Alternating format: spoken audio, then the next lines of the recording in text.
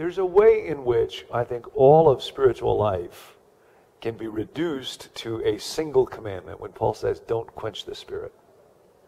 I think one of our great problems is we try to think about spiritual growth or spiritual formation apart from the Spirit. And that's a huge problem. You know, Jesus says in John 7:38, if anybody's thirsty, which means if you're discontent, come to me, and out of your belly will flow rivers of living water.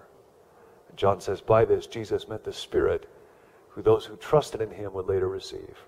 And here's the idea. The presence of the Spirit is a reality. Right here, right now, I'm sitting in this chair, talking in front of this camera, and the Spirit is right here. And so in a sense, my job is simply, how do I be submitted to the Spirit? How do I be surrendered to the Spirit? How do I invite the Spirit? What do you want to say? When do you want me to be still? And then how do I not do those things that grieve the Spirit or quench the Spirit? And I think most people, if we give it some thought, we will know there'll be times when I'm having a conversation. I'm talking with my wife. We're getting in an argument. And I go ahead and say, you're just like your mother. And at some level, I'm quite aware the Spirit is not leading me in that direction.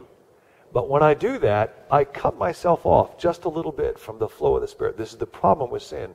In sin, I'm cutting myself off from the flow of the Spirit. And Jesus uses this image of rivers of living water. But then in any moment, this moment right now, all I have to do is surrender and say again, all right, Spirit, have your way in me.